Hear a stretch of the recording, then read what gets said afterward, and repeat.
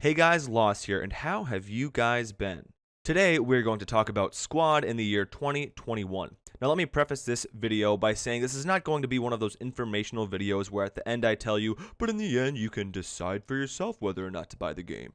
No, I'm actually going to give you my opinion in an attempt to help you out if you have maybe never played the game before. After all, I'm assuming that's why you guys are here. First off, let's go back to the beginning and let's talk about the fundamentals of what Squad is and what it aims to be.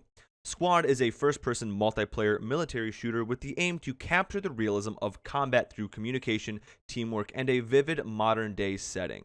Squad isn't and never has aimed to be just another Call of Duty or Battlefield. Squad currently hosts dozens of different maps spanning different settings and scenarios all across the world, and it has 50v50 player combat. As of today, as it currently stands, there are 5 times more players at any given time playing actively online than there was when the game originally launched. But the game launched 5 or 6 years ago. How did we get to where we are today? Well, let's start by going back in time to 2015. Back in 2015, I made my first video about Squad pre-release, so you could say I was there pretty early on. And the video was called, Will This Game Be the Next Arma? And even though Squad at the time was a pure skeleton of its current self, even back then there was promise for this game.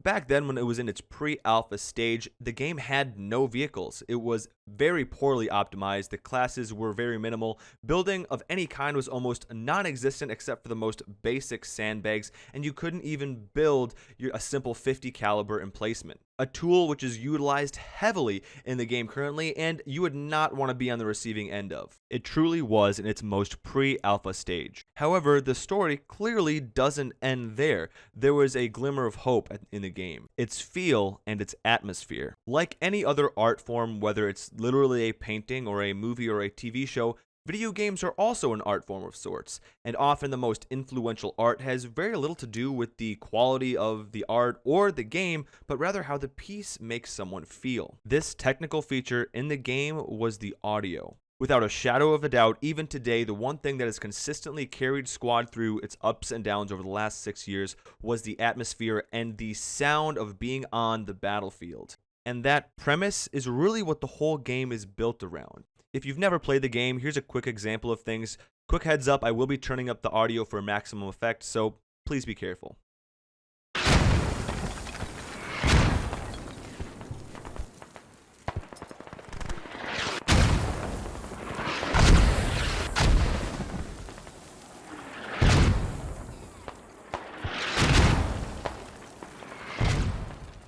Every sound effect, every bullet crack, whiz, pop, every explosion was created by a player somewhere on the map. Building on top of that, another thing that really made the game stand out from the beginning was the ability for communication to happen during the game. Though it was fairly simple, it was structured in a way to incentivize players to work together. So even in the most basic public matches, there was a certain level of toxicity that was kind of weeded out. And even today, I am extremely confident I can hop into generally any English-speaking match and I can have a good time with pretty much anybody I want. As gamers, I know we all understand the struggle.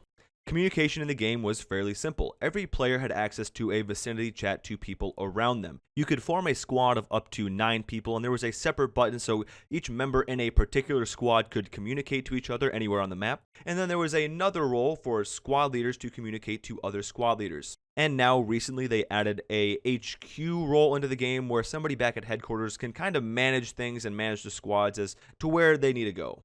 These basic tools and things to enhance immersion laid the groundwork and channels for what would become a phenomenal game. Looking back, it had a decent launch for a pre-alpha game, but a few months later the population dipped down as games tend to do. However, sure enough, as the game began to improve, the players started coming back. To this day, in my opinion, Squad is still one of the few pre-alpha games that came out and then came to fruition to be a much greater game. The graphics began to improve. Optimization issues became a thing of the past, and I consistently run 60 to 90 frames without issue. New classes were added in, tweaks were made to each role. Building and constructing defenses became an active and crucial part of gameplay, not to mention the use of 50 caliber machine guns that would absolutely rain hell down on the enemies. I have been caught on the receiving end of one of those more than once. Mortars became an active part of the game as well, where players would have to communicate back to the HQ for other players to launch mortars in the right place and then walk them in as to where they would be needed. Rather than having some kind of kill streak where the AI would come in and blow up a building, you'd have to coordinate with real people in real time to get it done. Vehicles had been added in, vehicles for transport, vehicles for offense such as tanks and lightly armored vehicles, helicopters and gunships to rain death from the sky. Again, you'd need to coordinate with players to make these things happen. They wouldn't just come on their own. And that's where you get to Squad in 2021. Yes, you still have games out there where you can fly your own ships and helicopters and whatnot to fight the enemy team, but it doesn't quite give you the realistic feel that Squad does. Due to its larger maps and longer respawn times, it incentivizes you to stay alive and not to be a lone wolf. On top of all that, there is still one more aspect of the game that continues to bring me back.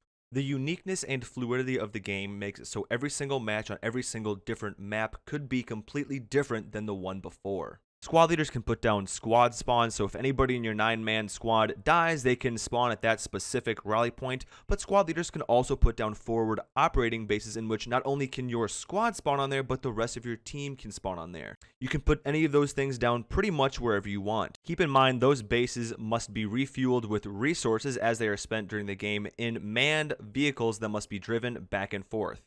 It's features like this which add a whole nother level to the game, as to now you have a chessboard of moving pieces for your team to spawn, the enemy's team to spawn at multiple locations across the map, and now you have a lot more things to think about. It no longer becomes a game of I kill you, you kill me, I capture A, and you capture B. Unlike many other shooters, you don't just follow the normal path of players as they flow through the game that are kind of pre-scripted for you. Say a squad leader puts down a forward operating base or a team spawn 200 meters off a certain point. You may now have to travel out of your way to a part of the map you've never been to go destroy that before you can finally advance to the position. Whereas in a different game, there may be very few forward operating bases created at all, or if there are ones made, it may be in a completely different location. You just never know.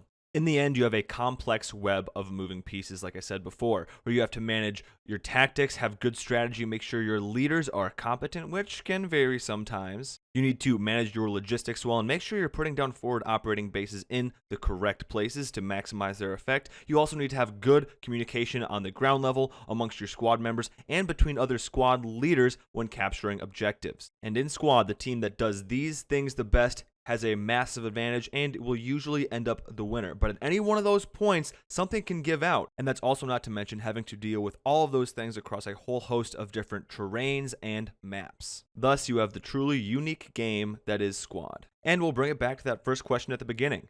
Yes, I do recommend Squad if you are into military shooters of any kind. Squad has made more progress in 5 years than some games have made in 10. So with that, we are coming to the end here. I hope you guys enjoyed this video. Thank you guys for watching. Subscribe for more content like this, and I will see you guys later.